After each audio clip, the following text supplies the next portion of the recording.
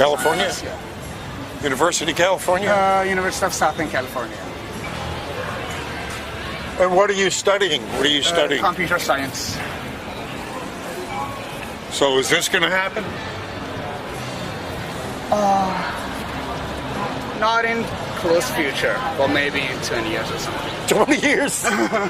Well, 20 years is pretty damn close. It is, but people conjecture it will be 2050. They are almost sure that it will happen in 2050. I don't know if it's true or not. I'm just a student.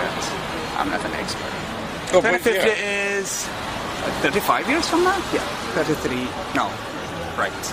33 years from now. Well, I asked a... Well, it's happening now in some sense. Sure. You can ask Google how I feel now.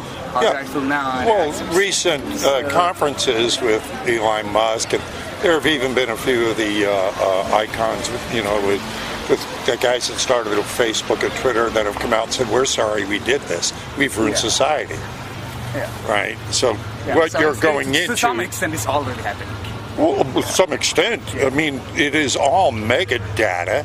It is all how much they can gather, and it's all about control. But it seems the attitude is rather cavalier that we're making things that we know will eventually kill us. Well, when you're in the industry, you don't think that deeply, I think. Don't you think it would be a good idea to think I know. about maybe the thing you're making? That's the same thing for everywhere. Global warming is killing us too, but no industry will really care about that. Global warming? I believe so. Really? I think so. Well, I think the same way that What do you think causes global warming? Well, I have friends who are doing research in these things, and they believe that They believe? they know. Can you ask? They know? No, yeah. Then ask him. There are data. Really? Well, then data. can you ask him this for me? Because I've asked Sure. scientists in climate, and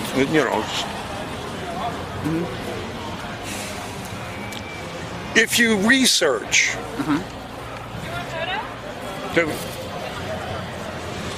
weather and climate modification programs, you will see documentation going back to 1891 documenting governmental and private institutions that in 1954, President Eisenhower started the Department of Weather and Climate Modification. Lieutenant Ben Livingston took that and became known the father of weather weapons. And through 68 to 72, we used those weather weapons in Vietnam. When that was leaked out, the UN passed the UN Weather Weapons Treaty banning the use of weather weapons. We don't go around banning things we don't have. We can fast forward. HAARP, H-A-A-R-P, High Altitude Reception Projects, the leaked 1997 document from the Air Force, Weather is a False Multiplier, Controlling the Weather by 2025. Okay. Let's leave out also all of the documentation of the falsehoods that were perpetrated by the global warming alarmists from their fake emails and fake data and covered up everything, right? And that none of their predictions have come true. Because if we were to listen to them, Al Gore said we're supposed to be this high in water here right now. So none of the predictions have come true. So let's leave all this up. So the question you ask these alleged professionals in climate science and how come, knowing that we have documented weather modification programs, chemtrails and electromagnetic pulsating wave, you name it, we've got it all. How come you can look up the patents? It's not like it's a mystery. You can see the money that's being spent on it. Go to the congressional records. So it's there. We know it's there. How come none of this is ever mentioned? And any global warming article, any global warming conference, how come it's never brought up by the global warming alarmists that we have the ability, because you can get it on your phone right now and hire a company to make it so it will not rain on your wedding day. It'll cost you about $200,000, but you can get it done. So we could commercially pick up the phone right now and control that weather. Why is it mentioned? I haven't read those documents carefully. I mean, if I don't see the documents in something.gov website, I wouldn't believe. Except it's something.gov. So, except it's, I don't know. And you believe the government? Well, if it is official in the government... You believe the government? Oh, no, I would say if there is a program, it should be... I'm saying again, if you get right now and Google, you just searched, history of weather and climate modification programs, you will see a list going back to 1891.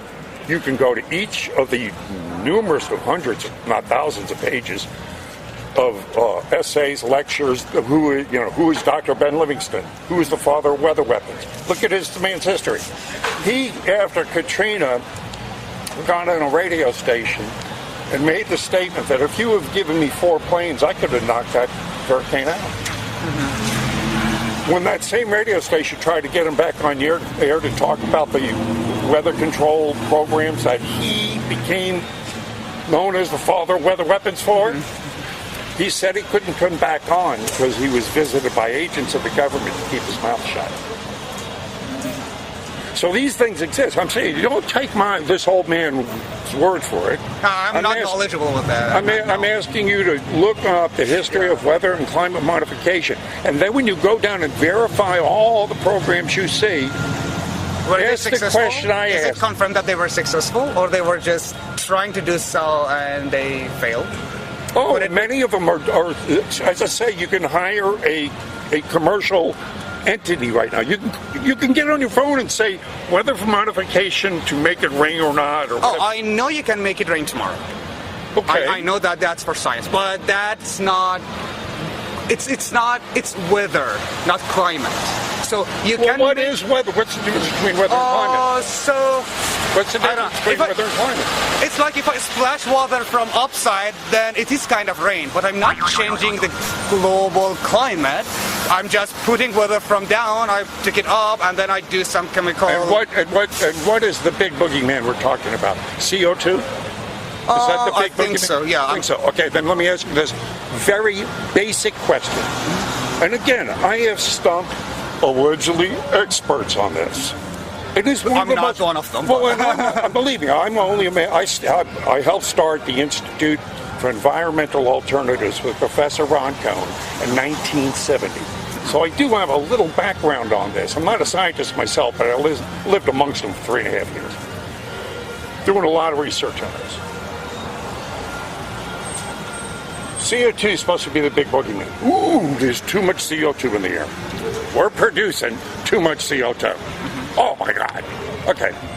Percentage-wise, how much of the atmosphere makes up CO2? At any given time, what's the given content of CO2 in the air? What is it? Well, you see, no, and I've asked alleged experts on this, and they would make guesses. I can say, oh man. Well, CO2 is not alone, but I'm not an expert to name other gases. Well, and it's not hard. There's not that many. I mean, except for the ones we start to spray up there that weren't natural. In the atmosphere, right now, carbon dioxide makes up 0.04%. Less than half of 1%. And of that less than half of 1%, only 3% of it can be remotely contributed by human activity. Because I would ask, where did all the CO2 come from that was at 0.06% back in the Jurassic period before man and everybody, people industry and our pollutants was supposed to, raise the levels to where we're going to die. So why was it 0.06% back then? Because 97% of the CO2 of that 0.04% comes from where it's always come. Decaying things, the ocean, the algae. I mean, it's just natural volcanoes. So these things that happen naturally are the cause of 97% of the 0.04%, it's like pardon this expression, it's like a flea fart in the back of a dog. It doesn't mean anything. So why then are they picking on this one thing? Here's why it all comes down. In order to form a one world government, they know that's coming because of what you're doing, producing robotic and IA technology that'll eventually come over and take over a lot of the jobs. The only reason the elites have kept us around this long is because they needed slave labor. With the advent of AI technology and robotics, in the past, when I asked the Princeton professor, what are we going to do with all the out-of-work people that are going to come from what you're doing? And he goes, in the past, we've killed you. Well, why should they break their habit now? Now with things like drones and the killing machines that they got, the poison vaccines that they put into us, now it's going to be mandatory. And the wars, the perpetual wars, and the starvation, which is always one of their biggest lovely ways to go ahead and kill us. What's going to stop them? They don't need us anymore. So this whole carbon dioxide thing is to go, you're the problem.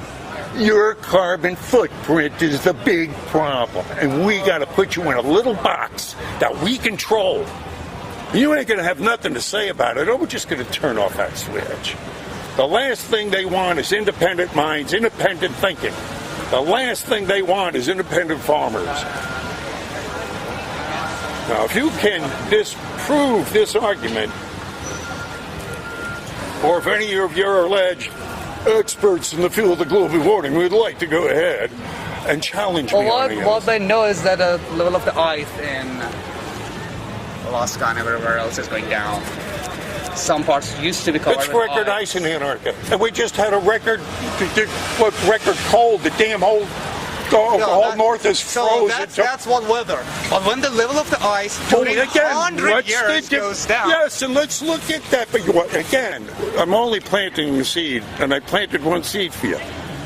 And these weather and modification programs are successful. We do indeed control the weather. They can make droughts. It's the perfect weapon. It has plausible deniability.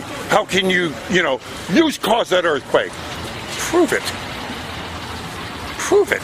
But indeed, you can listen to the guys that's involved in HAARP brag about its ability. Yeah, we can start a hurricane and make it grow or shrink and point it where we want.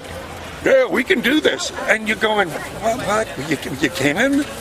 And then you look at the other applications of it. Then you start digging into where's the money going? Well, I mean, who's funding this? You find out we're funding it. We can't find anything about it. So these short clips, and they take them off because once they, but you can still find them on the internet because people like myself, of course, will store them. So you look into these things, and then you find out it's a hoax to control us and wake up to the bigger picture. Because the idea of it is indeed they want us dead now. They don't need us more. It's an end game. And then with that cheery thought, I have to do my research really.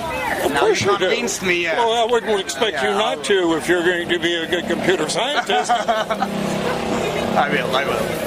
Definitely. Here's a get out of jail free card from Hillary Clinton for you. See if you're good in Iran. Let me ask you just briefly, how are things in Iran? Do you still have family back there? How's that revolution Yeah, my mom going? is here visiting me, but yeah, the rest of my family are still there. They couldn't get visa to see. What's going on with the protest and all that? Is it over or it's never really over. Yeah, it's not. It's not. It's still inside the hearts, but I think it's not as. The government got to control it somehow. Is that a good thing? No, of course not. It's never a good thing in any country. Good man. All right, you're on the right path. Oh, and Hillary. Thanks to talk to you. Oh, it's a pleasure. It's a pleasure. Enjoy. Can I have a photo of you? Yeah, sure. Thank you very much. Thanks for your time. All right, take care. You are the coolest motherfucker we've ever met. Wait, hold on. I want to take a picture of your son. Okay, ready? Oh, wait, We love hold him. on.